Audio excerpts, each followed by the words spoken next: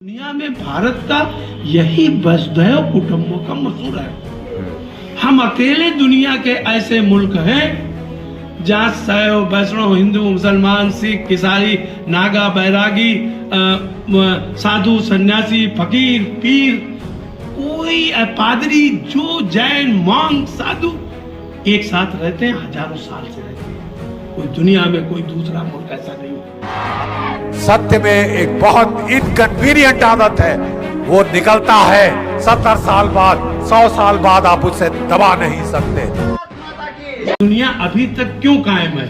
इतने पाप बढ़ गए हैं तो ये दुनिया क्यों अभी तक बची हुई है? दूसरा गंधर्व कहता है और वो काशी की तरफ वो दिखाता है, गंगा के किनारे बैठा दिखाता है, कहा था इसी धरती के बदौलत अभी तक दुनिया बची हुई है। ये वो धरती है जिसकी वजह से दुनिया अभी कायम है, वरना दुनिया कब की चली जाती है। मेरा एक सवाल है सर कि आने वाली पीढ़ियों के लिए आप जो है भारतीय संस्कृति की मेलजोल की परंपरा पर वो किस तरीके से इसे प्रेरणा के रूप में ले?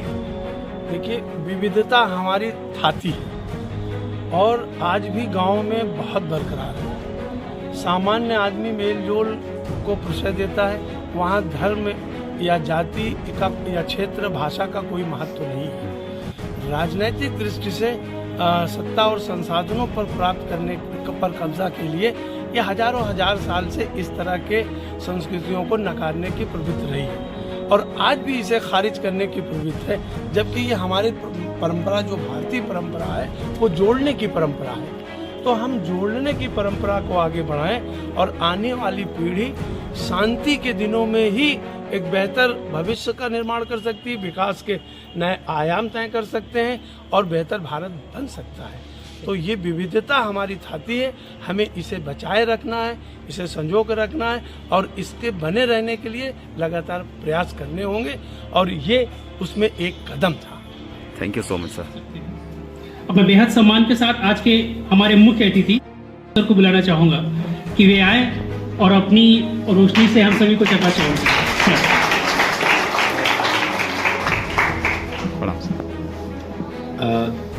धन्यवाद संचालक महोदय।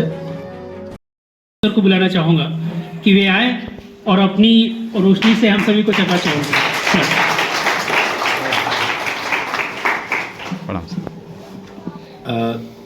धन्यवाद संचालक महोदय। प्रिंसिपल साहब, शाहिद परवेज, सत्यनारायण वर्मा जी, हमारे चीफ प्रॉक्टर महोदय और उपस्थित सभी अध्यापकगण, सहकर्मी और प्यारे बच्चों, बालकेश्वर जी हमें सुन रहे हैं तो वो बड़े हैं। आजकल जो कोई किसी की सुन नहीं रहा है, आप इतने देर से सबकी सुन रहे हैं तो मुझे लगता है कि आपसे बड़ा धैर्यवान कोई नहीं।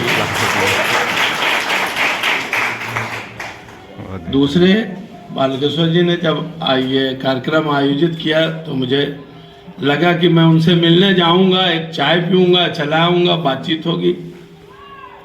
बालकेश्वर जी को मैं याद हूं, ये भी बहुत बड़ी बात है। आज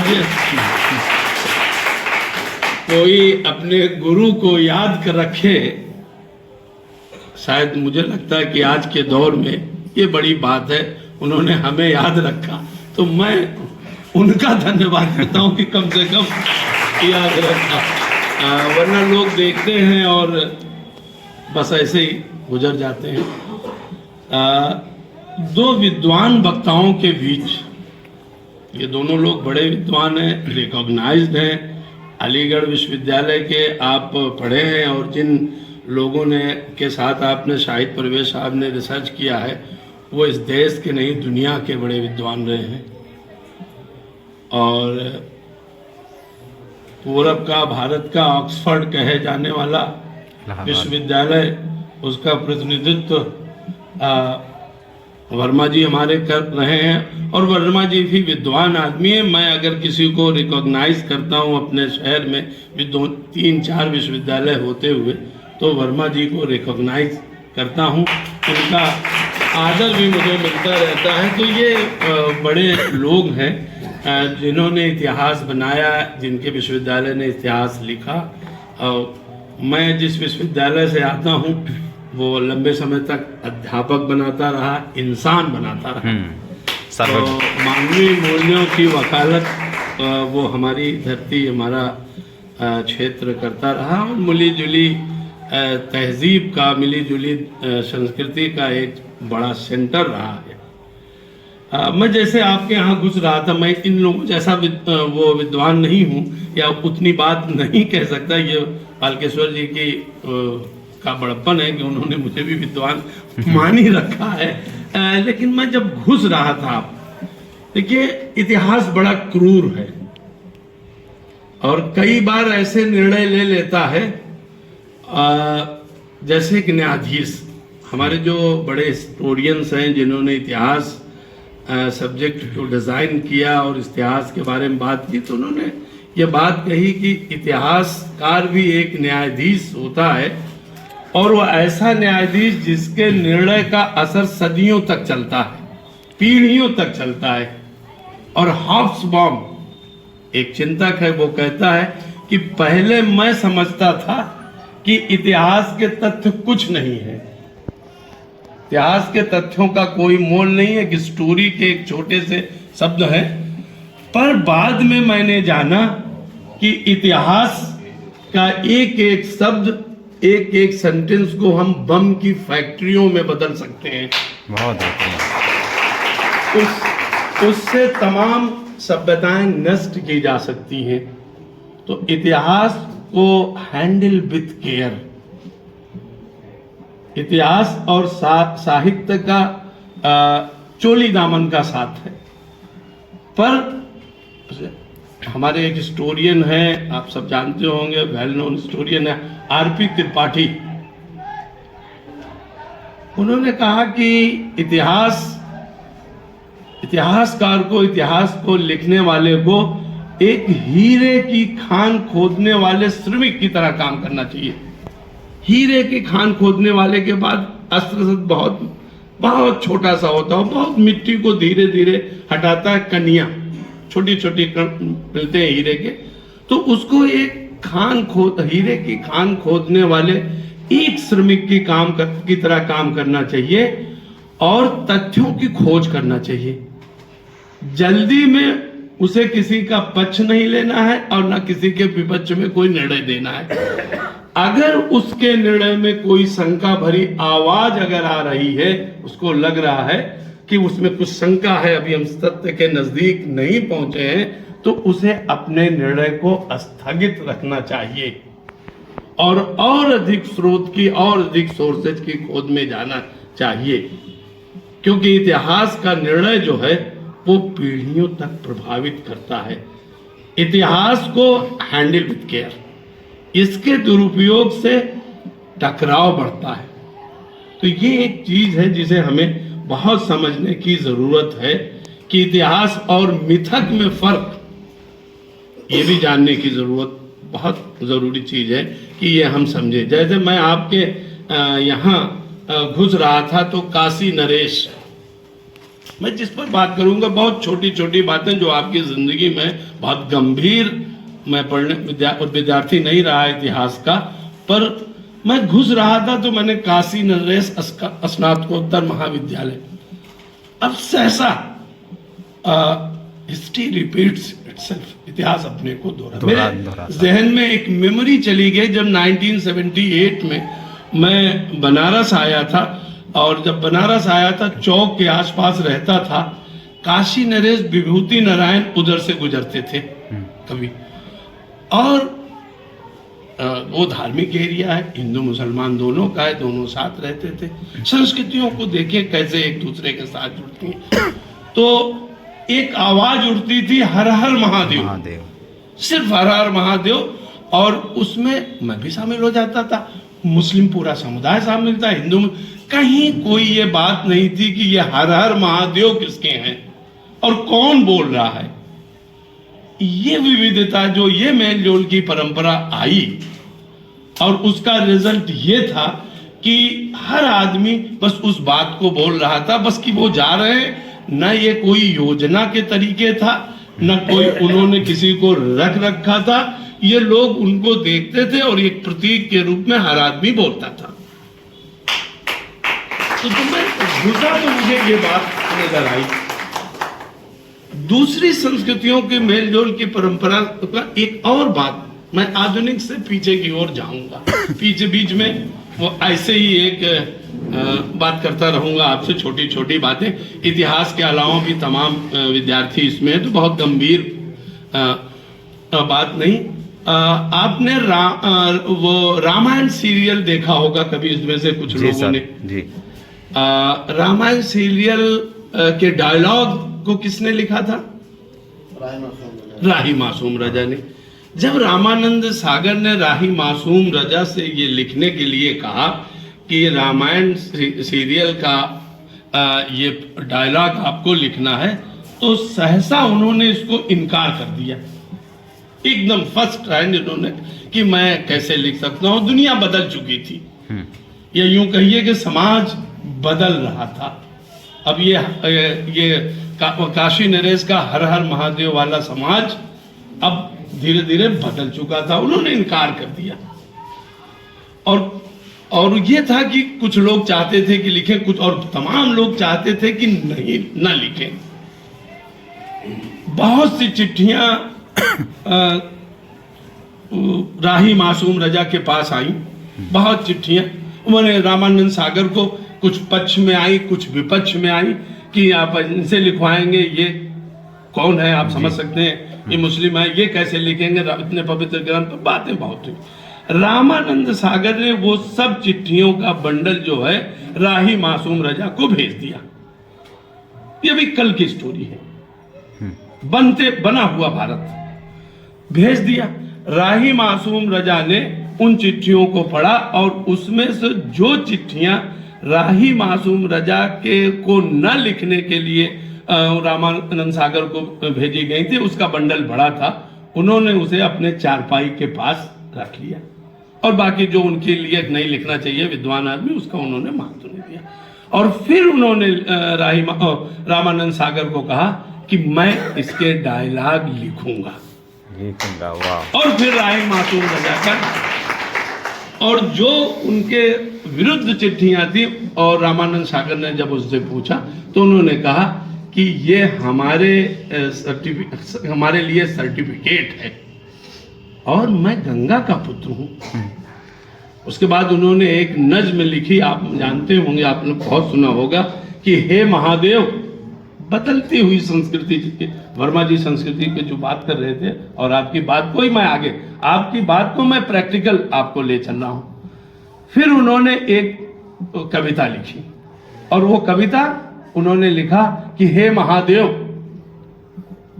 तुम अब अपनी गंगा को वापस बुला लो, अब ये पतित पावनी नहीं रही, क्योंकि इसकी रगों में म्लेच्छ तुर्कों का खून बह रहा है, इसलिए तुम इसको वापस बुला लो। अब आप सोचिए कि कितना दर्द रहा होगा एक संस्कृत के बनते बिगड़ते उनको देखने का, कितना दर्द होगा कि किस तरह से संस्कृति बन रही और किस तरह से बिगड़ रही है, और भारत की संस्कृति के, भारत की विविधता के, भारत की जो आइडियोलॉजी है उसके विपरीत है। अथर्ववेद जिसने पढ़ा है, या अथर्ववेद जानते हैं, हमारे संस्कृत के जो विद्वान साथी हैं वो जानते हैं, अथर्ववेद में जो देश की कल्पना की गई है, उसमें वो कल्पना है कि देश उसे कहते हैं जहां विभिन्न संस्कृतियों, विभिन्न धर्मों के मानने वाले लोग आपस में सद्भाव और प्रेम से भाईचारा के साथ रहते हैं, वो देश है। ये अथर्ववेद आपको सर्टिफाई कर रहा है। और जब राम पर बात आई तो अकबर ने जो अधिकृत सिक्का जारी किया वो अपना, और जो सबसे महत्वपूर्ण सिक्का माना जाता है वो सिक्का क्या था? राम और सिया का सिक्का, पहला अधिकृत सिक्का जो मजबूती से, इसके पहले राम सिया को सर्टिफाई करने का हमारे पास बहुत मजबूत पुष्ट प्रमाण नहीं, जिसकी ओर वर्मा जी इशारा कर रहे थे, पर अकबर ने किया और रामायण का उसने अनुवाद कराया फारसी में। और आपको जानकर आश्चर्य होगा, इतिहास के हमारे सब विद्वान साथी हैं, ये बालकेश्वर हैं, कि अकबर की जब मां मरी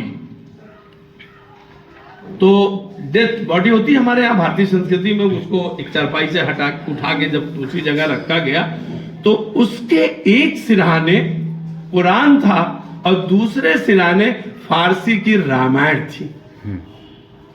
फारसी में जो अनुदित ट्रांसलेट की हुई रामायण थी।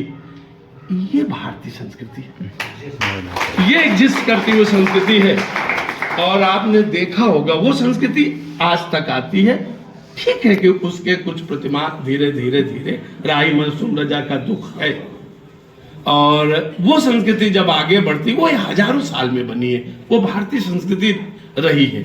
जब अलविरुनी आता है और ब्राह्मणों के यहाँ रह के वो संस्कृत सीखता है और जब वो लिखता है तब लोगों को पता चलता है, पहली बार एक विदेशी भाषा में इतनी मजबूत बात लिखती है संस्कृत पढ़ने के बाद। जब वो लिखता है तो भारतीय समाज की विसंगतियों को वो वहां रेखांकित करता है, पहली बार अधिकृत रूप में लिखता है। ये जानने की हमें जरूरत है।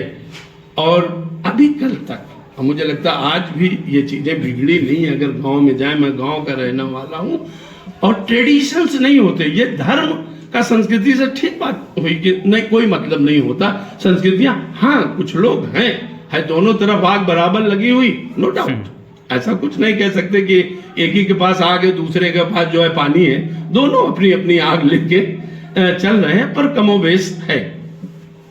मैं व्यक्तिगत एक उदाहरण दूं तो मेरी पत्नी सिंदूर लगाती थी, ये बड़ा मोटा सिंदूर, और मुझे लगता है कि सिंदूरदानी उनका बहुत मजबूत वो क्या कहते हैं चीज हुआ करती थी, नीले पीले गुलाबी जितने भी हो सकते हैं।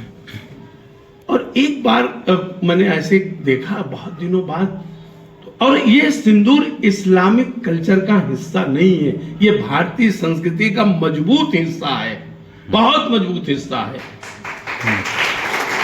वो एक बार मैंने ऐसे देखा तो वो नहीं लगा रही। मैंने कहा क्या बात है, ये आजकल तुमने सिंदूर लगाना बंद कर दिया, जो तुम्हारा सबसे कीमती सरमाया होता था। इसके लिए मुझे बहुत परेशानी उठानी पड़ती थी। अगर बहुत आर्थिक स्थिति मजबूत होती तो सोने और हीरे जवाहरात की सिंदूरदानी रख लेती, चांदी तक ही तुमने काम चलाया। तो बोले, उनका जवाब सुन के तब मैंने भारतीय संस्कृति को पढ़ा, सीज माई इंस्पिरेशन। तो उन्होंने कहा कि ये हमारे यहां नहीं चलता। आई वॉज शॉक्ड, ये हमारे यहां और तुम्हारे यहां आया कब? ये हाउस वाइफ है, इन्हें किसने ये बात बताया? खैर बात आई गई, मैंने उनसे सिर्फ एक बात बताई कि अरे भाई, तो बोले मैं तो बहुत दिन से नहीं लगा रही हूं, और तुम देखते ही कब हो? तो हमने कहा भारत में किसी पति की इतनी हिम्मत है कि आंख उठा के पत्नी की तरफ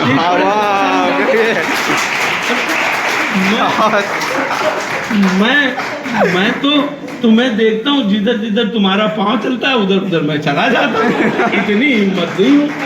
बात आई गई हो गई, पर ये इसने मुझे चिंतित किया, बहुत चिंतित किया कि क्या भारत ऐसा ही था, मेल जोल की परंपराएं ऐसे ही थी, ग्रामीण परिवेश में जीवन शैली ऐसे ही थी? नहीं, आपको मिक्स कल्चर देखना है तो आप स्टेट के फंक्शन में मत देखिए। आपने अमीर खुसरो का जिक्र किया, अमीर खुसरो फारसी का बड़ा कवि है, सादी और हाफिज का मुकाबला कर सकता है। शेख सादी अगर कसीदे लिख सकता है तो अगर हाफिज रुबाइयत लिख सकता है, पर अमीर खुसरो शेर, रुबाइयत, हिस्ट्री, दुनिया की जितनी विधाएं हैं वो लिख सकता है, और बहुत लिखा। एजाजे खुसरवी, नूसिबत लिखा। वो अपने को क्या कहता था? तूतिए हिंद, हिंद का तोता हूं। और हिंद की बात करूंगा। मैं हिंद का तोता हूं, हिंद की बात करूंगा, कहीं और की तुर्की की और ईरान की, भारत की नहीं। बहुत बेहतरीन। तो कई ऐसी चीजें हैं, जैसे कुछ वो, मैं 2 लाइन उसके बारे में बात करें कि कई फूलों का वो जिक्र करता है। ये भारतीय संस्कृति देखें किस तरह से ये परंपराएं हमारी परवान चढ़ी और हम इस स्थिति पर आए कि मोहम्मद आरिफ की पत्नी सिंदूर लगाती है, और वो हालात कैसे पैदा हुए कि उनकी पत्नी सिंदूर लगाना छोड़ देती। लगाना और छोड़ देने में को ही समझने की जरूरत है, बस इतनी ही जरूरत है, बाकी और नहीं। तो अमीर खुसरो, कुछ फूल हैं जैसे भारत में गुलफसा वगैरह, ऐसे कुछ चमेली के कुछ ऐसे फूल थे। एक जिक्र चला, एक बात चली कि ये जो फूल हैं ये ईरानी फूल हैं, ईरानी मूल के फूल हैं। इनको अमीर खुसरो ने उस बात पर कहा और वो लिखा उसने, एजाज खुसरवी 4 वॉल्यूम में किताब है, आप इतिहास वाले सब जानते होंगे। उसमें उसने इस बात को इंगित किया साफ साफ कि अगर ये फूल ईरान के पास होते तो ईरान पूरी दुनिया को में डंका पीट चुका होता कि ये फूल हमारे हैं, हमारे हैं। ये फूल भारतीय मूल के हैं और भारत ही दुनिया में एक अकेला मुल्क है जो अपनी चीजों को बहुत प्रचारित और प्रशंसित नहीं करता। ये इसकी विशेषता है, इसलिए ये फूल पूरी तरह भारतीय है और सर्टिफाई करता है वो। तो ये जो आम चाल चलन की बात है, और बात आई शाही साहब ने वाकई अच्छी बात की स्टेट को लेके। ये स्टेट ना कभी इस्लामिक है, ना कभी हिंदू का है, ना कभी क्रिश्चियन का था, ना। स्टेट की अपनी पॉलिसी होती है, सत्ता और संसाधनों के जरिए उस पर कब्जा करना, और मिडिवल और बाद के कुछ लेटर मिडिवल में सत्ता और संसाधनों पर कब्जा करना और उसको अपने आने वाली पीढ़ियों के लिए सुरक्षित छोड़ जाना। धर्म इसमें अगर उसके लिए सहायक बनता है तो धर्म का इस्तेमाल करना, और अगर धर्म सहायक नहीं पड़ता तो धर्म का बहिष्कार करना। ये स्टेट का नेचर कल भी था और स्टेट का नेचर आज भी है।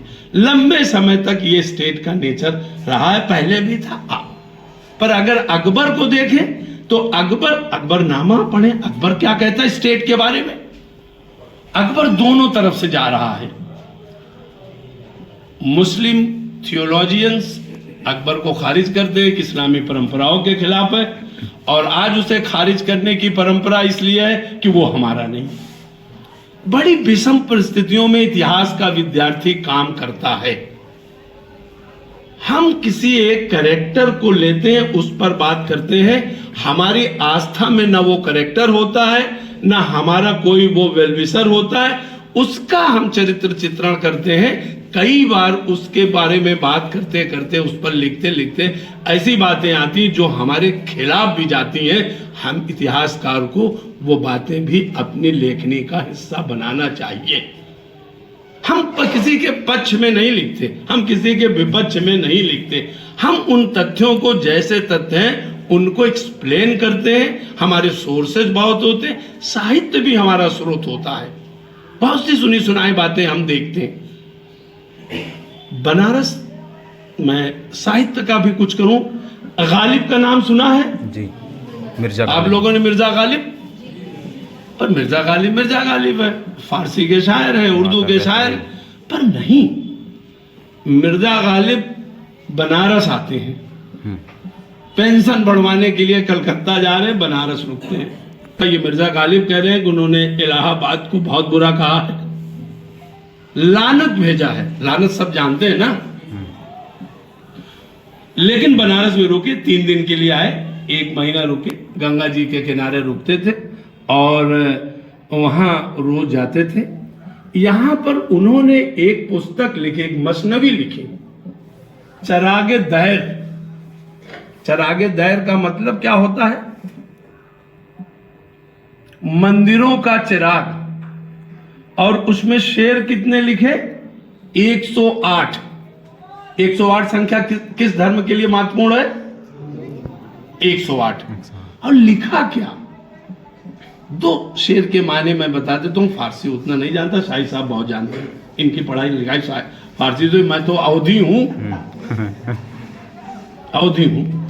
तो खैर उन्होंने लिखा, एक बैठे उन्होंने कहा कि मेरा मन करता है कि मैं गंगा में बैठूं, तिलक लगाऊं, माला फेरूं और तब तक बैठा रहूं जब तक मैं ब्रह्मलीन न हो जाऊं। मेरा मन करता है, ऐसा मैं करता, पर अगर दुश्मनों का डर न होता तो मैं करता। अब उनके नजर में दुश्मन क्या है, कौन है? समझ गए हम लोग। हाँ, वो दुश्मनों की बात कर रहे हैं। अगर ये दुश्मन, और ये दुश्मन सब जगह है, हर जगह है, कल भी थे और आज भी है, इधर भी है उधर भी है।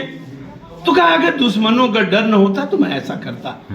पर वो जो बात आज मैं आपको उसके जरिए, गालिब के जरिए जो कन्वे करना चाह रहा हूं, वो बात है, दूसरा शेर वो कहता है, शेर उसमें वो कहता है कि सुबह चले जाते थे, गंगा जी पे टहलते थे, और उनको ये दुख था कि अगर मुझे पेंशन का मामला न होता, कलकत्ता जाना न होता, तो मैं बनारस में रह जाता, पर पेंशन का मामला है। जैसे हमारे अध्यापक लोग भी इंक्रीमेंट वगैरह या हम लोग उसमें लगे रहते हैं ना, कि इंक्रीमेंट का मामला न होता तो मैं ये पढ़ा देता, ये पढ़ाना चाहता था, लेकिन डर है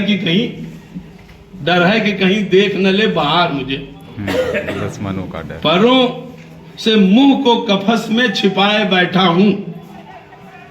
पर हाँ। कफस मीन्स होता है, बताएं भाई शाही साहब, कफस माने परों से मुंह को कफस में छिपाए बैठा हूं। आज के इंटेलेक्चुअल, हाँ।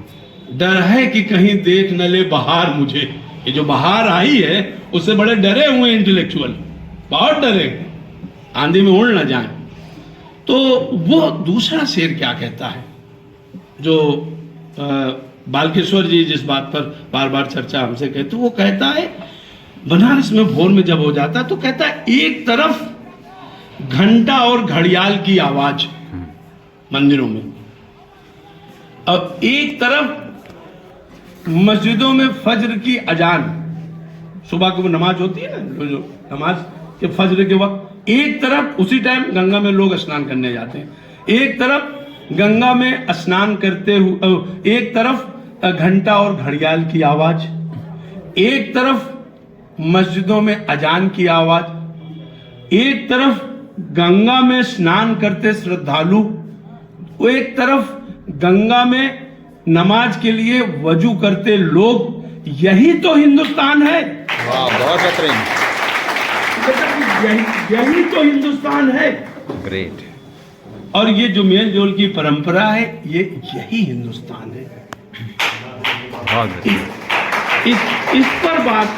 इस पर बात करने की जरूरत है, इसको कहने की जरूरत। और जो स्टेट और रूलिंग इलीट क्लास का मैं आपको एक दो लाइन बता दूं, बहुत समय नहीं लूंगा, समय बहुत हो गया, आप लोग बड़े धैर्यशाली हैं भाई, बैठ रहे हैं, मैं इतना नहीं बैठ पाता, पर आपके लिए एक बार तालियां मैं बता देता हूँ। अरे ग्रेट सर। स्टेट क्या है, रिलीजन क्या है? रिलीजन की स्पिरिट बहुत कम समझी जा रही है, बहुत मुश्किल है रिलीजन को समझ पाना। ये जो दो पक्ष हैं, एक तो उसका जो पूजा इबादत प्रेयर इसके हैं, दूसरा उसका आध्यात्मिक पक्ष है जो हमारी जिंदगी का हिस्सा होता था, जिसके जरिए हमारी रोजमर्रा की जिंदगी चलती थी, वो बिल्कुल गायब है। बाय आडंबर हमारे पास बचे हुए हैं, वो नहीं बचा हमारे पास। स्टेट क्या है? ये जो स्टेट के प्रमुख होते हैं, उनका काम धर्म का पालन करना, धर्म का प्रचार प्रसार करना है, या सत्ता और संसाधनों पर कब्जा करना? इसमें से कौन धर्म प्रचारक है, जरा बताएं। सुल्तान क्या थे? मैं अगर बेसिकली कहूं तो सुल्तान कोई भी मुसलमान ही नहीं था। बड़ा कड़ा सवाल है। इस्लाम की जो परिभाषा है उसमें एक भी सुल्तान नहीं आता, एक भी बादशाह नहीं आता। इस्लाम में सोना पहनना मर्द के लिए नाजायज है, पहन नहीं सकता, हराम। क्यों साहब हराम है इस लेवल पर?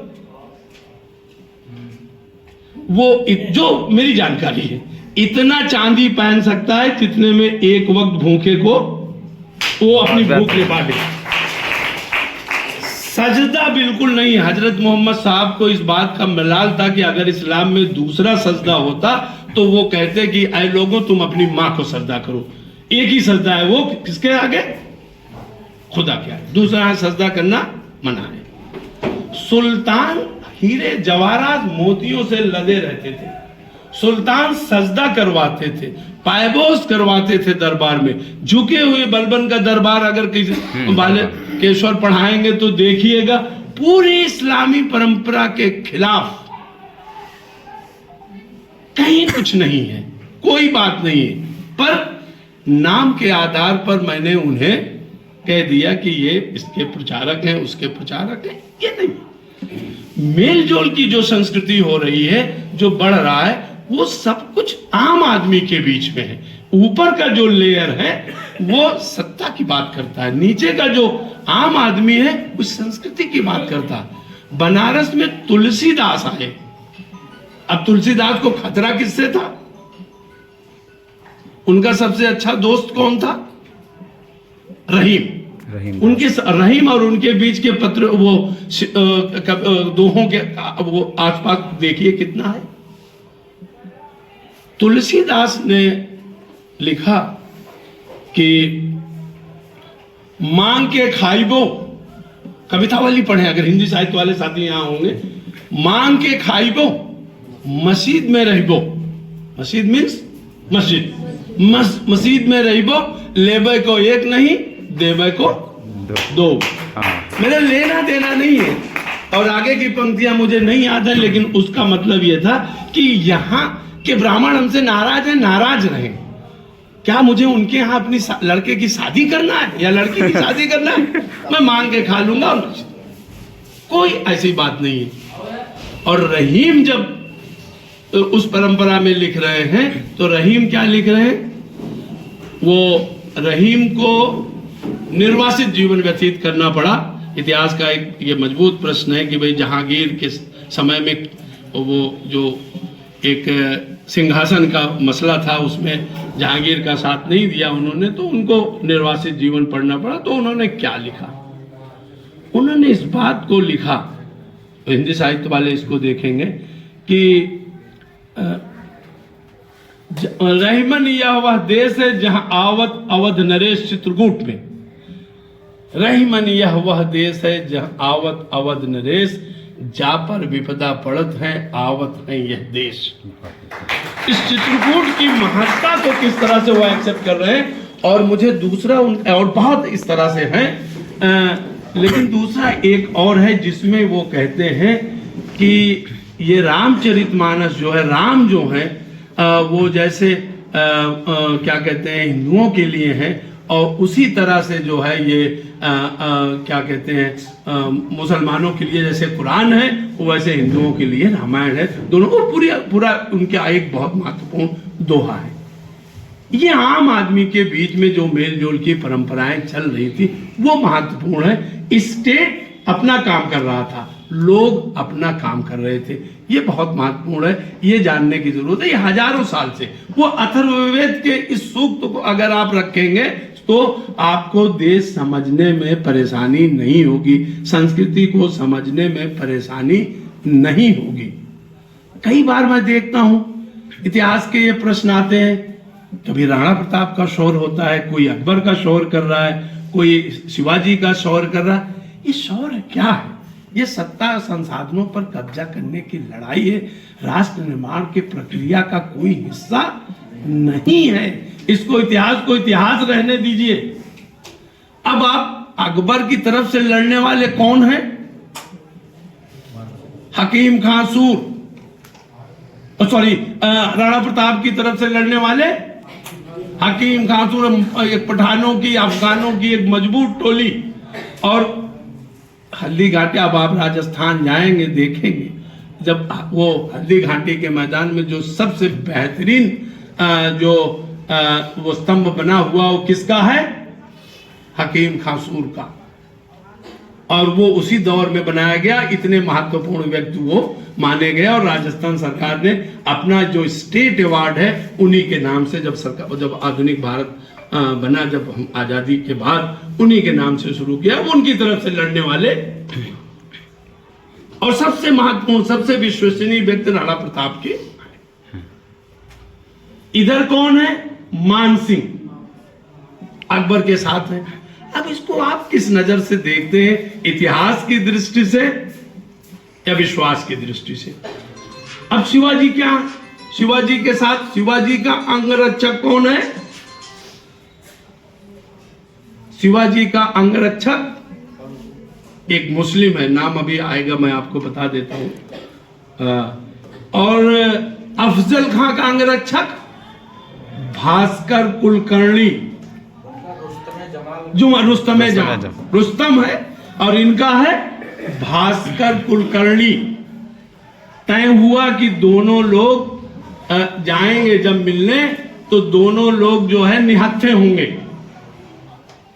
रुस्तम ने शिवाजी को समझाया कि महाराज आप छोटे हैं और वो अफजल खां अफगान पठान है, लंबा चौड़ा है, मान लीजिए आपके साथ गले मिलते वक्त और आपको दबा दिया तो क्या होगा? ऐसे में आप बगनखा छिपा के ले जाइए। ये रुस्तम बता रहा अफजल खां के विरुद्ध, जिसे हम दो ये लड़ाई को किस दृष्टि से देखते हैं। और वो लेके वो छिपा के, महाराज ने अपने अंगरक्षक की बात मानी, गए और विषम परिस्थितियों में शिवाजी ने वही बगनखा निकाला और अफजल खां पर वार कर दिया। और अफजल खां से शिवाजी को मारने कौन दौड़ा? तलवार लेके भास्कर कुलकर्णी। ये संजोग है कि भास्कर कुलकर्णी उन्हें मार नहीं पाया, शिवाजी बच गए। ये क्या है? इतिहास की ये बहुत छोटी छोटी बातें, मैं बहुत गंभीर चिंतन की ओर नहीं जाना चाहता। ये मेल जोल की जो परंपराएं हैं ये महत्वपूर्ण है। आजकल मैं देख रहा हूं कि ये सारे जहां से अच्छा नहीं पढ़ाया जाएगा, ये नहीं बोला जाएगा। क्या है इन कवियों का, क्या रोल है? राम के वजूद पर हिंदुस्तान को नाच, है राम के वजूद पर हिंदुस्तान को नाज, अहले नजर समझते हैं उनको इमाम हिंद। ये किसने कहा? ये अल्लामा इकबाल, जिन्हें आप आज नहीं मानते, उनकी एक पूरी नज्म राम पर एक पूरी बड़ी कविता है, जिसको उन्होंने लिखा था कि इस राम के वजूद पर इस भारत को नाज है, हिंदुस्तान को। और वही हमारे इमाम हैं, वही हमारे पेशवा हैं, वही हमारे लीडर हैं। इसे आप क्या कहेंगे? ये कौन लोग हैं? क्या बात है? ये मेलजोल की परंपराएं हमारे यहां रही हैं, सब लोग मिलते थे। कुछ बात है। अब गंगा का तट देखिए आप, बनारस में एक त्योहार होता है बुढ़वा मंगल, कोई सुना है? अब बहुत आजकल आकर्षक होता है, बहुत बढ़िया होता है। शंकर मोचन मंदिर पे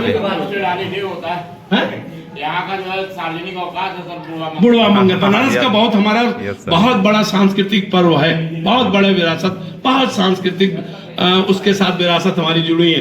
पर आप में से कोई इस बात को बताएगा कि बुढ़वा मंगल स्टार्ट किसने किया था? नहीं, आज वो इतिहास में नहीं है।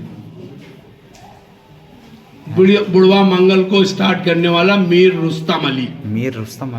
मीर रुस्तम अली जो बनारस का हाकिम होता था, और उसके नाम पर मीर घाट उसने बनाया। बनारस का पहला ऐतिहासिक जीर्णोद्धार, जो जीर्णोद्धार के जो रिकॉर्ड है ऑफिशियल, वो मीर रुस्तम अली ने बनारस के पूरे घाटों का जीर्णोद्धार कराया। मीर रुस्तम अली। ये बात नहीं आएगी, हो गया टाइम हो, बताइए सर।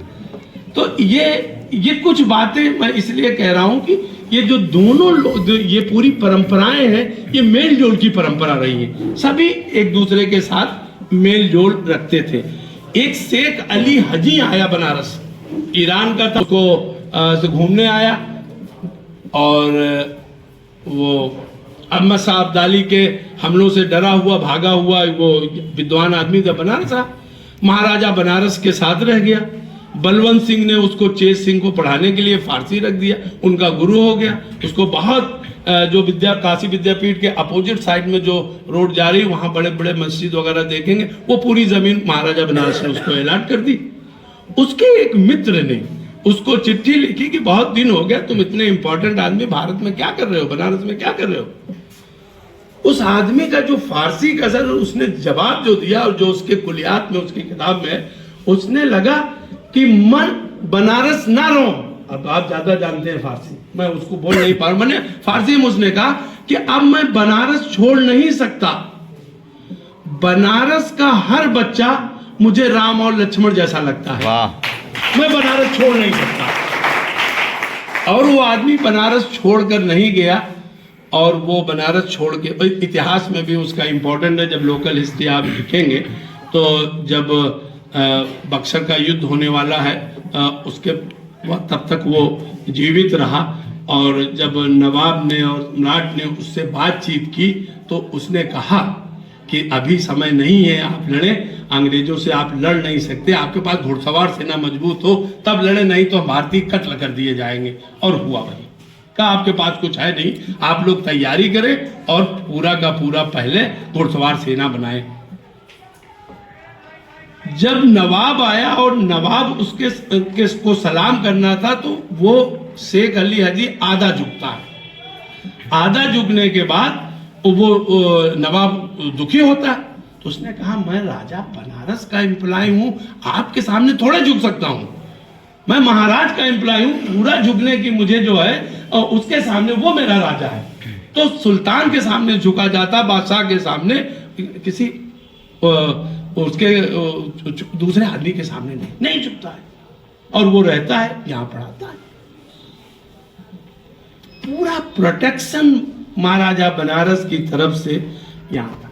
अवध, वर्मा जी अवध के हैं, आप अवध के जो हूं, अवध में जो ये ऐतिहासिक जिससे मैं कुछ बात कर लूं, जो ताजिया इमाम हुसैन का नाम जानते, ताजिया सिर्फ देखा ही होगा, दहा हुआ, यस सर, जितने इमाम बाड़े बने हुए हैं ज्यादातर वहां अवध में जो है राजपूतों की जमींदारी थी और कुछ ब्राह्मणों की जमींदारी थी, सब उनका ग्रांट किया हुआ है, वो लैंड ग्रांट, पूरा जमीन उसको उन्होंने दिया है। और अवध के जो जमींदार थे, जो जिन्हें आप आज की भाषा में हिंदू और मुसलमान और सिख ईसाई पारसी यहूदी हो गया है, पर वो जमींदार थे, उन जमींदारों के दिए हुए हैं। और खाली वो प्लेस ही नहीं दिया, उसकी देख रेख की व्यवस्था की। और इतिहास और अर्थशास्त्र के विद्यार्थी समझेंगे, माफी जमीनें दी जिससे कोई लैंड रेवेन्यू नहीं लिया जाता था, कि इसकी कमाई से, इसके अनाज से इस इमामबाड़े का या ताजिएदारी का खर्च चलेगा। ये पूरा का पूरा अवध के हिंदू जमींदारों ने दिया। ठीक है कि नवाब अवध के पास था, उन्होंने भी दिया, लेकिन ये बहुत मार्के की चीज है, उन हिंदू जमींदारों ने पूरा का पूरा। और मेरे दरवाजे पर एक इस तरह का है, और आप जानते हैं मेरे बचपन अभी बहुत आग लगी है। अभी वो क्या होता था, जब काम करने लोग जाते थे तो काम, खेत कौन सा होता था, जैसे कहते नहीं कि भाई वर्मा जी के खेत में काम लगा है, जो काम करने वाले, या शाही साहब के खेत में, या बालकेश्वर जी के खेत में, प्रिंसिपल साहब के।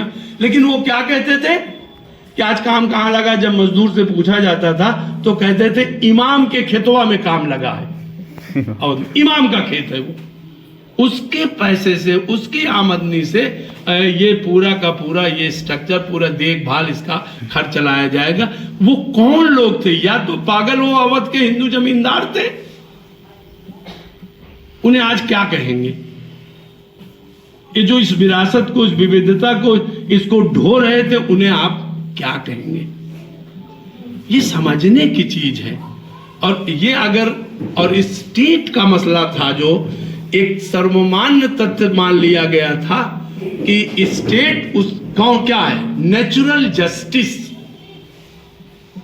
अगर आप नेचुरल जस्टिस नहीं कहते, आईने अकबरनामा में पूरा डिफाइन है कि जिस तरह से प्रकृति लोगों को अमीर गरीब स्त्री पुरुष संस्कृतियों का भेद नहीं करती, और जो उसके पास है एक समान रूप से गर्मी जाड़ा धूप सबको पानी प्रदान करती है, उसी तरह से स्टेट को, राजा को, सम्राट को होना चाहिए।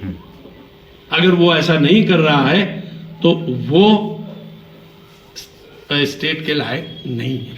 ये एक फिलॉसफी थी और इस फिलॉसफी ने इस मेलजोल की लंबी परंपरा को जन्म दिया। और यही मेलजोल की परंपरा जो थी, शादी ब्याह में देखिए, आपको शायद विश्वास न हो, आज तो मेरे बच्चे विश्वास नहीं करते। हम लोगों की शादियां, स्पेशली मेरी शादी, आगे तो छोड़िए, सब में सिर्फ निकाह छोड़ दें तो 99% जो है वो अवध में हमारे सब हिंदू कल्चर है। आज बदल रहा है, बहुत चीजें दूर हो रही हैं। वही शादी के बाद लौटना, वही चावल को पांव से मारना, वही महावल लगाना, वही उसके बाद सेहरा मगना को ले जाके नदी में, गंगा में, तालाब में डालना, उसको दफन करना, सब परंपरा, वही सोहर। और नवाब वाजिद अली शाह जब जाने लगे कलकत्ता, अवध में जो की विरासत जो मेलजोल की है, ये विरासत किसके पास है? ये कोई हिंदू, मुसलमान, सिख, ईसाई नहीं है, ये भारतीय जनमानस है, हिंदुस्तानी जनमानस है। वो कहता है कि तोरे बिन बरखा ना सुहाए, तोरे बिन बरखा ना सुहाए, कलकत्ते वाले जुआ कब आओगे तुम। आज तो नहीं कह सकता ये कविता। कलकत्ते में उनको निर्वासित किया गया था और ये आम लोकगीत था हमारा कि तोरे बिन बरसा न सुहाए, कलकत्ते वाले जुआ कब आओगे तुम। और रुस्तम अली पर एक गीत था हमारे यहाँ, बनारस के लोग गाते लंबे समय तक, आज भी वो कभी कभी सुनाई पड़ जाता। कहाँ गयो मोरे बांके सिपहिया, होली के खिलैया, रुस्तम अली सिपहिया। ये बात ये लोक गीतों में ढूंढिए। इतिहास का विद्यार्थी, इतिहास के लोग इसको कई बार खारिज करते हैं, पर ये खारिज करने की बहुत चीज नहीं है।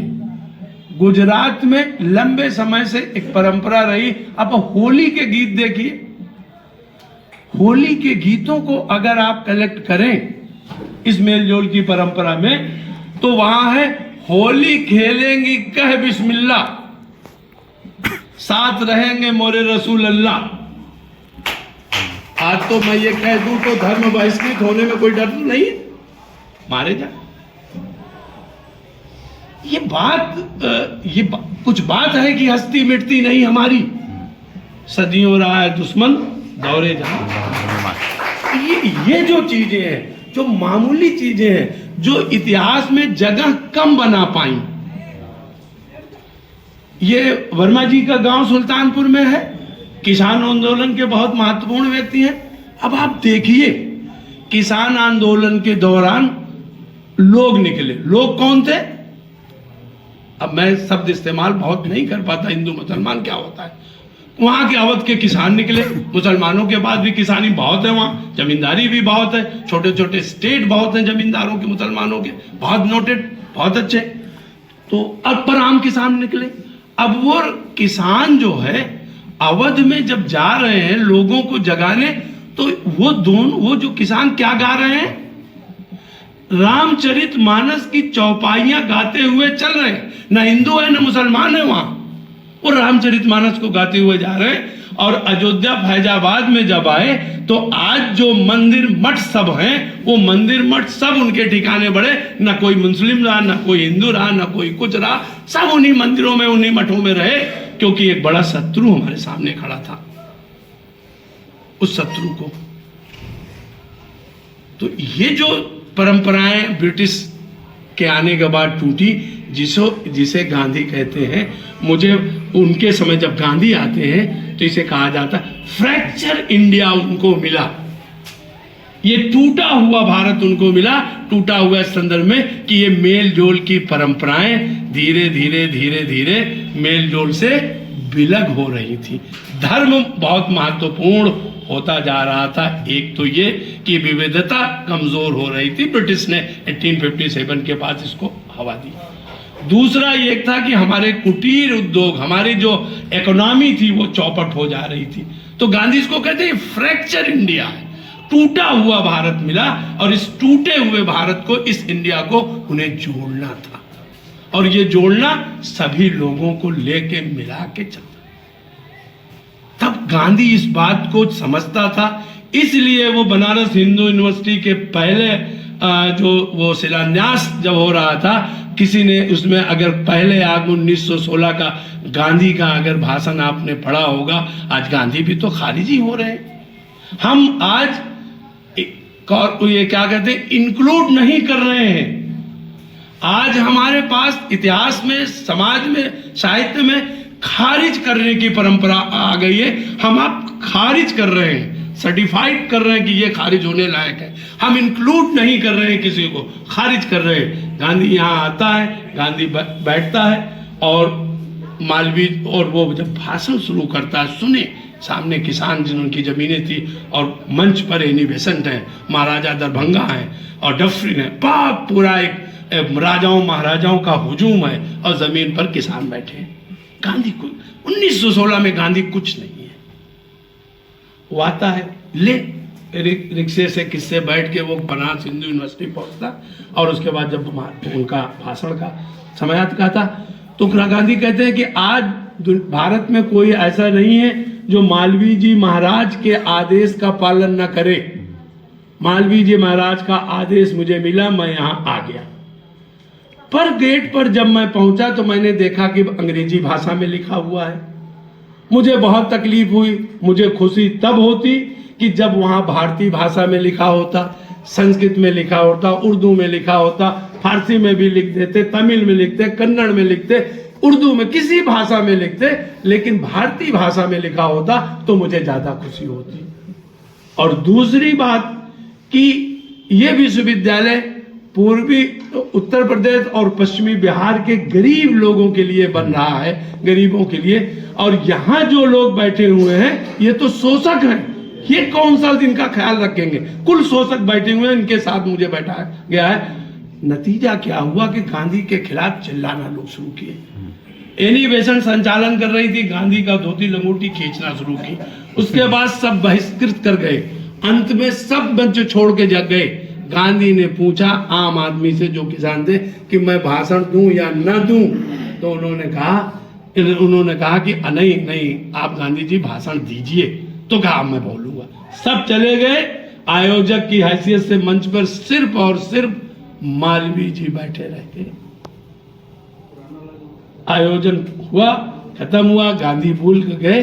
अब हमारे पास ये साहस कहां है ये बात कहने की, किसी भी सत्ता? और जब हम ये बात नहीं कह पाएंगे, और आज इस बात को तो बिल्कुल नहीं कह पाएंगे, लेकिन हमारी परंपराएं, गांव में अगर आप जाएं, देखें, मैं गांव से हूं, मैंने उसको जिया है, देखा है। इतिहास का ये जो ऊपरी लेयर है और निचला लेयर बहुत अलग है। सिर्रे अकबर, मजमुआ उल बहरैन, इन किताबों को अगर आप पढ़िए। दारा शिकोह बनारस आता है और दारा शिकोह जब संस्कृत पढ़ता है, लिखता है, तो उपनिषदों के लिए वो सिर्रे अकबर, अकबर मीन्स बताइए भाई, बड़ा। उन उपनिषदों को, वेदों को क्या कहता है? ये बड़े ग्रंथ है, महत्वपूर्ण ग्रंथ, लॉजिकल ग्रंथ है। और उसके वो फारसी में उसको लिखता है, ट्रांसलेट करता है। और दूसरा क्या लिखता है? मजमुआ उल बहरैन, दो नदियों का, दो संस्कृतियों का समन्वय, संगम। भारत विभिन्न संस्कृतियों का संगम है, जिसकी बात बालकिशोर कह रहे थे शुरू में, कि वो विभिन्न संस्कृतियों का संगम है। और बनारस को इसामी, हमारे इतिहास के साथी जानते हैं, वो बनारस के बारे में जब हमने बाद में पढ़ा कि अगर फिरदौस बर रुए जमी अस्तो हमी अस्तो हमी अस्तो हमी अस्तो, और वो 14वीं शताब्दी में वो बनारस को वो कहता है कि स्वर्ग पर यही एक धरा है जो स्वर्ग से कंपटीशन कर सकती है। फुतुह सलातीन उसकी पुस्तक है, उसमें वो कहता है। और गालिब भी इसी बात को सर्टिफाई करता है वो 19वीं सेंचुरी में, और वो दो गंधर्वों की बातचीत अपनी उस मसनवी में दिखाता है कि दो गंधर्व आपस में बात कर रहे हैं। एक गंधर्व कह रहा है कि ये अभी तक ये दुनिया क्यों रुकी हुई है, ये दुनिया अभी तक क्यों कायम है, इतने पाप बढ़ गए हैं तो ये दुनिया क्यों अभी तक बची हुई है। दूसरा गंधर्व कहता है, और वो काशी की तरफ वो दिखाता है, गंगा के किनारे बैठा दिखाता है, कहा था इसी धरती के बदौलत अभी तक दुनिया बची हुई है। ये वो धरती है जिसकी वजह से दुनिया अभी कायम है, वरना दुनिया कब की चली जाती। ये 18वीं सेंचुरी 19वीं सेंचुरी के बाद ये मेल जोल की ये जो हमारी परंपराएं थी। कभी आप बनारस में काशी नरेश के आप उत्तराधिकारी हैं, आप काशी नरेश का इतिहास पढ़िए, चेत सिंह का, बलवंत सिंह का बलवंत नामा पढ़िए, मौलवी खैरुद्दीन ने बलवंत नामा लिखा था, वो भी काशी नरेश के चेत सिंह का जो है गुरु था। एक बार कलकत्ता के एक वो मैरियट कलकत्ता का प्रशासक होता था, उसका एक सहायक जो है वो बनारस आता है, और बनारस आने के बाद जब खैरुद्दीन को लोग बताते हैं कि एक ऐसा व्यक्ति आया हुआ है, बंगाली व्यक्ति आया हुआ है जो मुसलमानों से हाथ नहीं मिलाता, कहता अपवित्र हो जाएंगे। बनारस स्टेट में इस बात की चर्चा हुई कि ऐसा कौन सा मानव आ गया, किस दुनिया से आ गया जो इस तरह की बात कर रहा है, और खैरुद्दीन को भेजा गया। चेत सिंह का उस्ताद बलवंत सिंह के समय खैरुद्दीन जाता है, और ये वीआईपी है, बड़ा आदमी, महाराज बनारस का है, बनारस में वो आया हुआ है, वो उठ के इससे हाथ मिलाना चाहता है, वो बंगाली सज्जन। खैरुद्दीन अपने हाथ को वापस ले लेता, बलवंत नामा आप पढ़ेंगे तो ये आपको मिलेगा, वो खींच लेता वापस। तो कहता है कि देखिए हमारे यहाँ आप जैसे लोगों से हाथ मिलाना ठीक नहीं है, और हाथ मिलाने से मैं अपवित्र हो जाऊंगा और बाद में मुझे स्नान करना पड़ेगा। चौंकता है वो व्यक्ति, और उसके बाद वो खड़ा होके खैरुद्दीन को गले मिलता है। तब इसने कहा कि ठीक है, अब ये खबर अगर महाराजा को पता होगी तो वो आपके लिए सुविधाएं देंगे, अन्यथा महाराजा का खूब भाजन आपको बनना पड़ेगा। ये कहाँ भेद है, कौन सी दिक्कत है? कुछ नहीं है। इतिहास के पन्ने रक्त रंजित हैं, 2 पेज पर 40 पेज मेल जोल की परंपराओं से भरे पड़े हैं। हमने उन 40 पेजेस को कभी नहीं देखा, हमें उधर जाना चाहिए। भारत विविधता का मुल्क है, ऐसे ही नहीं बना। एक बार मैं आपको एक उदाहरण दूं कि शाहजहां के समय में, हमारे इतिहास के मित्र इस पर गौर भी करेंगे, आगे इस पर बात भी हो, हमें उस तरफ जाना भी चाहिए। महावीर जयंती और बकरीद एक दिन पड़ गई। अब बकरीद में आप जानते हैं कुर्बानी, और महावीर जयंती अहिंसा। गुजरात के गवर्नर ने शाहजहां से इस बात को पूछा कि स्टेट पॉलिसी क्या है होगी। जो अध्यक्ष आप कभी जाएं गांधी वहां गुजरात में, तो गुजरात संग्रहालय में आपको मिलेगा ये ऑर्डर। और एक हमारे राइटर इतिहास के विद्यार्थियों के लिए मैं बता दूं, Rai Chaudhuri, religious policy of the Mughals, उसमें उन्होंने इसको इंडिकेट किया है। तो उसमें उन्होंने लिखा कि स्टेट का जवाब था कि इस बारे में पहले ही स्टेट पॉलिसी निर्धारित की जा चुकी है।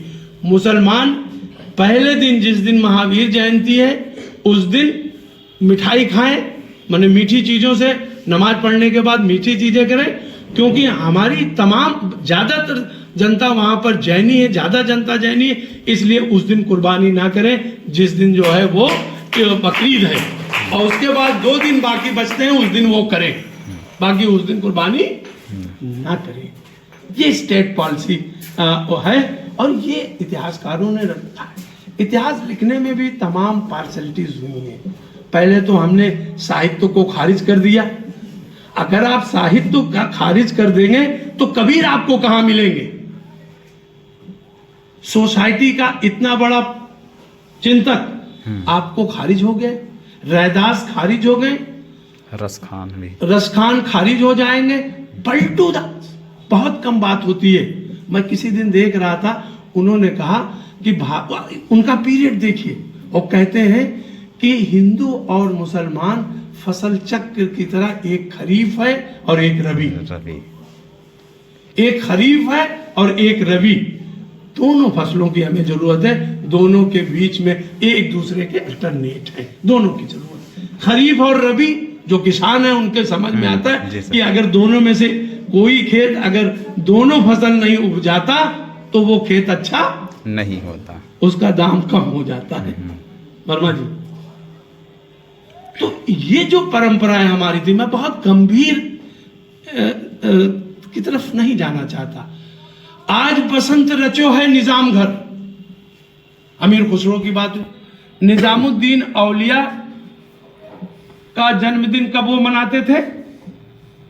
आप अगर उनकी किताबों को पढ़ें, फवायदुल फवाद उनका जो भाग, और आज भी बसंत पंचमी के दिन निजामुद्दीन औलिया के यहाँ उर्स और बहुत श्रृंगार जैसा बहुत बढ़िया माहौल होता है।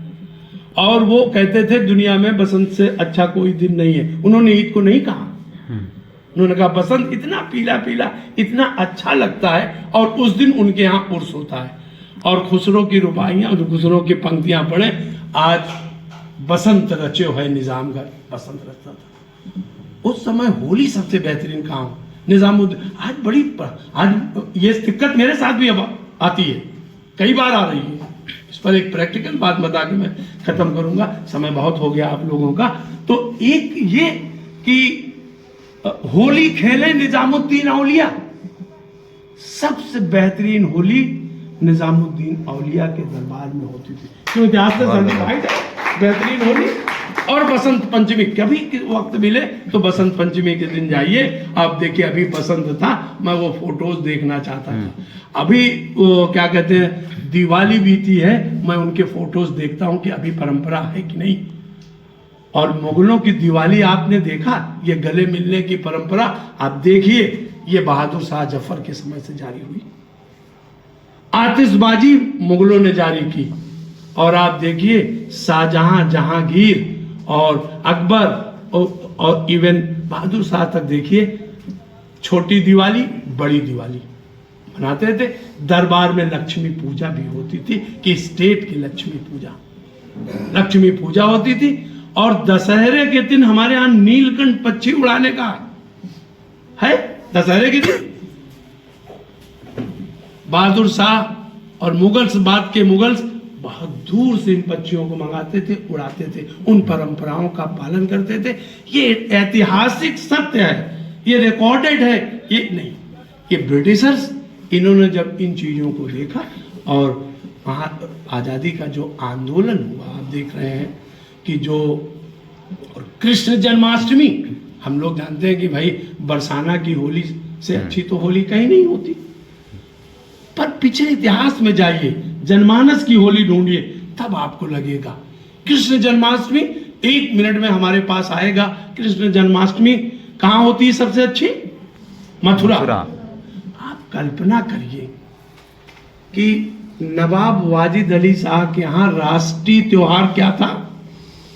जन्माष्टमी। 12 दिन का राष्ट्रीय उत्सव मनता था बरहित। कृष्ण लीलाएं शुरू की करने का श्रेय बहुत बड़े पैमाने पर वाजिद अली को शाह है। 12 दिन तक उनके यहाँ बरही तक कृष्ण लीलाएं होती थी, राष्ट्रीय अवकाश होता था, राष्ट्रीय त्योहार था, और वो स्वयं कृष्ण बना करते थे और मंचन होता था जिसमें वो कृष्ण बना करते थे। तब उनके लिए कहा गया कि तोहे बिन बरखा न सुहाए, कलकत्ते वाले जुया कब आओगे तुम। और उनका एक शेर है कि नाकूस बिरहमन से सदाएं अजा सुनी। अब आप देखिए, नाकूस मीन्स शंख, ब्राह्मण के शंख से सदाएं अजा सुनी। अजान की आवाज मैंने कहां से सुनी? शंख से, शंख से, ब्राह्मण के शंख, ब्राह्मण एक प्रतीक है, उसको जाति पर न ले जाए, जी उससे उन्होंने सुनी। और मस्जिद से मैंने कष्ट किया सोमनाथ का, मस्जिद में है और उनको सोमनाथ पर याद आ रहा है, कष्ट माने सर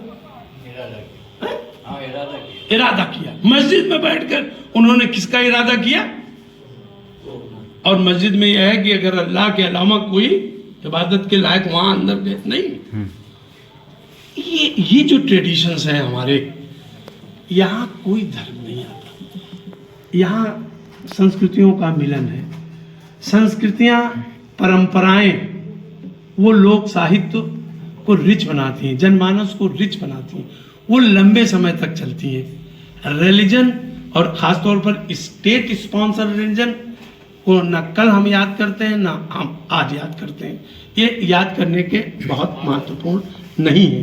ये इनका रोल व्यक्तिगत जीवन में है, ये व्यक्तिगत जीवन में है। तो ये जो मेल जोल की परंपराएं थी, आप हजरत निजामुद्दीन औलिया पर, उर्दू साहित्य पर, ये करबला के वाकया पर हजारों ऐसे जो है नॉन मुस्लिम के कसीदे पढ़ेंगे जो उन्होंने लिखे हैं। वाइस वर्सा है, ऐसा नहीं है कि इधर है, दोनों तरफ कहीं कुछ नहीं है। इतने पीर मुरीदी है, इतने लोग एक दूसरे के साथ हैं कि धर्म जो है गौड़ है। लोक संस्कृति, जो लोक रिश्ते हैं वो ज्यादा महत्वपूर्ण है। यही भारत है और दुनिया में भारत का यही वसुधैव कुटुंबकम मशहूर है। हम अकेले दुनिया के ऐसे मुल्क हैं जहाँ शैव, वैष्णव, हिंदू, मुसलमान, सिख, ईसाई, नागा, बैरागी, साधु, सन्यासी, फकीर, पीर, कोई पादरी, जो जैन, मॉन्क, साधु एक साथ रहते हैं, हजारों साल से रहते हैं। कोई दुनिया में कोई दूसरा मुल्क ऐसा नहीं है। ये इसकी विशेषता है, ये वसुधैव कुटुंबकम की बात है, ये महत्वपूर्ण बात है। यूरोप जो कहता है कि वो सेकुलर स्टेट है, हमारे यहाँ सेकुलरिज्म की परिभाषा भी अलग है। गांधी जो सेकुलरिज्म को कहता है, वो सेकुलरिज्म की ये यूरोपियन डिफिनेशन की बात नहीं करता। वो कहता है सर्वधर्म संभाव हमारा मूल तत्व है, जो सदियों से है, जिसको अथर्ववेद सर्टिफाई कर रहा है, जिसको अथर्ववेद कह रहा है। ये हमारी परंपरा, ये हमारे ट्रेडिशंस हैं। और यूरोप के लोग, भारत अकेला दुनिया में मुल्क है जो मैं कहता हूं कि अकेला है, जो विभिन्न परंपराओं को, विभिन्न धर्मों को, विभिन्न संस्कृतियों को, जाति विजाति, धर्मी विधर्मी, सबको एक साथ लेके चलता है। हाँ ठीक है, इतने बड़े परिवार में खटपट भी होती रहती है, पर वो खटपट भारत में कभी स्थायी नहीं रही। दूसरी पूरी दुनिया को सब करने का दावा करने वाला यूरोप एकल धर्मी है। हम बहुधर्मी, अकेले बहुधर्मी है। प्रोटेस्टेंट है तो प्रोटेस्टेंट, कैथोलिक है तो कैथोलिक। अभी वर्मा जी उस संघर्षों की, भारतीय संघर्षों की बात कर रहे हैं। कैथोलिक और प्रोटेस्टेंट का, प्रोटेस्टेंट माने प्रोटेस्ट करके ही आया। ये बड़े जो भेद हैं देखे, एकल है। इंग्लैंड के शासक के पास दोनों क्रिश्चियन धर्म होने के बाद, प्रोटेस्टेंट और कैथोलिक, अगर इंग्लैंड का शासक किसी कैथोलिक प्रोटेस्टेंट है, अगर वो किसी कैथोलिक लड़की से शादी कर लेता है तो राज सत्ता का उत्तराधिकारी नहीं होता है। और ऐसा ही उदाहरण है, वो शासक कौन था? एडवर्ड कौन एक शासक था जिसकी प्रेमिका एक कैथोलिक थी और वो राजगद्दी उसने प्राप्त किया। इंग्लैंड का शासक होना उस समय जब 3/4 दुनिया इंग्लैंड के हाथ में होती थी, बहुत महत्वपूर्ण था।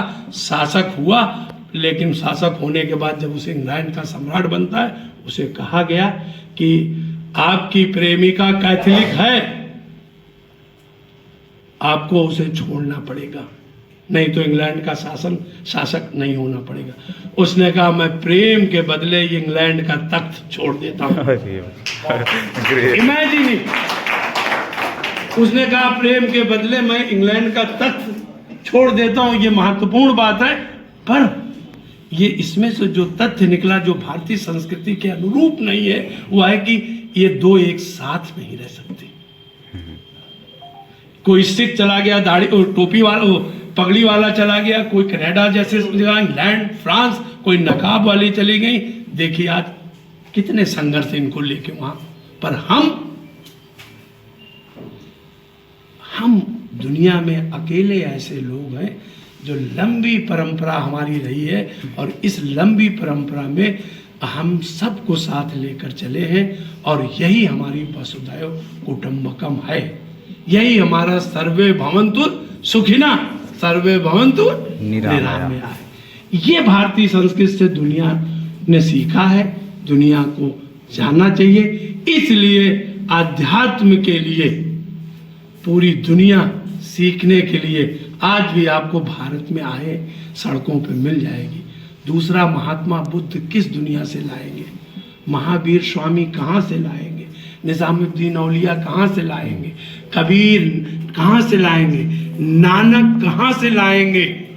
ये जो पूरे गुरुद्वारों की परंपरा है, सूफिज्म की जो पूरी परंपरा है, इस परंपरा को कहाँ से लाएंगे। जब निजामुद्दीन औलिया इस बात को कहते हैं कि मेरे गले के नीचे खाना कैसे खा जाए जब मस्जिदों और आसपास के लोग भूखे सो रहे हों, और इस सेंटेंस के साथ कि उन्होंने कहा कि इंसान दुनिया में पैदा हुआ है दुखी दिलों पर मरहम लगाने के लिए, सिर्फ इसलिए पैदा हुआ है दुखी दिलों को मरहम लगाने के लिए। और आप वसुधैव कुटुंबकम की उस पूरी डिफिनीशन के डेप्थ में गहराई में जाइए तो आपको यही मिलेगा कि इंसान पैदा हुआ है दुखी दिलों पर मरहम लगाने के लिए।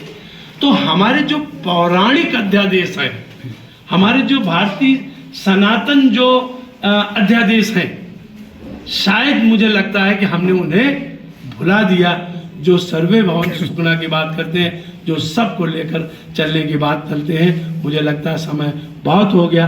मैंने कुछ दृष्टांत समाज और इसके बीच के आपको देने की कोशिश की, बहुत इतिहास गंभीर बताने की कोशिश नहीं की। भारतीय समाज सदैव ऐसा रहा है और चेंजेज कुछ आते जाते रहते हैं। इतिहास के विद्यार्थी होने के नाते हमें पता है कि इतिहास जो है वो के बीच में कभी ट्रांजिशन पीरियड आते रहते हैं और इतिहास फिर इनसे निकलता है। उन विविधताओं को, उन संस्कृतियों को संजाए हुए जो जनमानस में है वो हम फिर निकलेंगे। फिर हमारा भारत वसुधैव कुटुंबकम का होगा, हमारा विश्व गुरु बनेगा और उस तरफ हम बढ़ेंगे और इस मेल जोल की परंपरा दुनिया में एक आदर्श दुनिया बनाने में हमारी मदद करेगी। धन्यवाद। देश को बनाने में जिन्होंने अपना जीवन दिया। जब बात भारत के संविधान और लोकतंत्र के रक्षा की हो तो मुझे मृत्यु से भी डर नहीं लगता है। उसके लिए कुर्बानी देने के लिए तैयार हूँ। ऐसा इसलिए कह रहा हूँ क्योंकि राष्ट्र प्रथम ही मेरा जीवन है और लोकतंत्र से बढ़कर के कोई शक्ति नहीं हो सकती। Again, nation first is my life, education is the only solution. आप सभी लोग भारतीय लोकतंत्र को साथ लेकर के शिक्षा के क्षेत्र में लगातार बढ़ते रहिए। देखता हूं कौन क्या उखाड़ता है, उससे पहले लोगों को मुझसे टकराना होगा।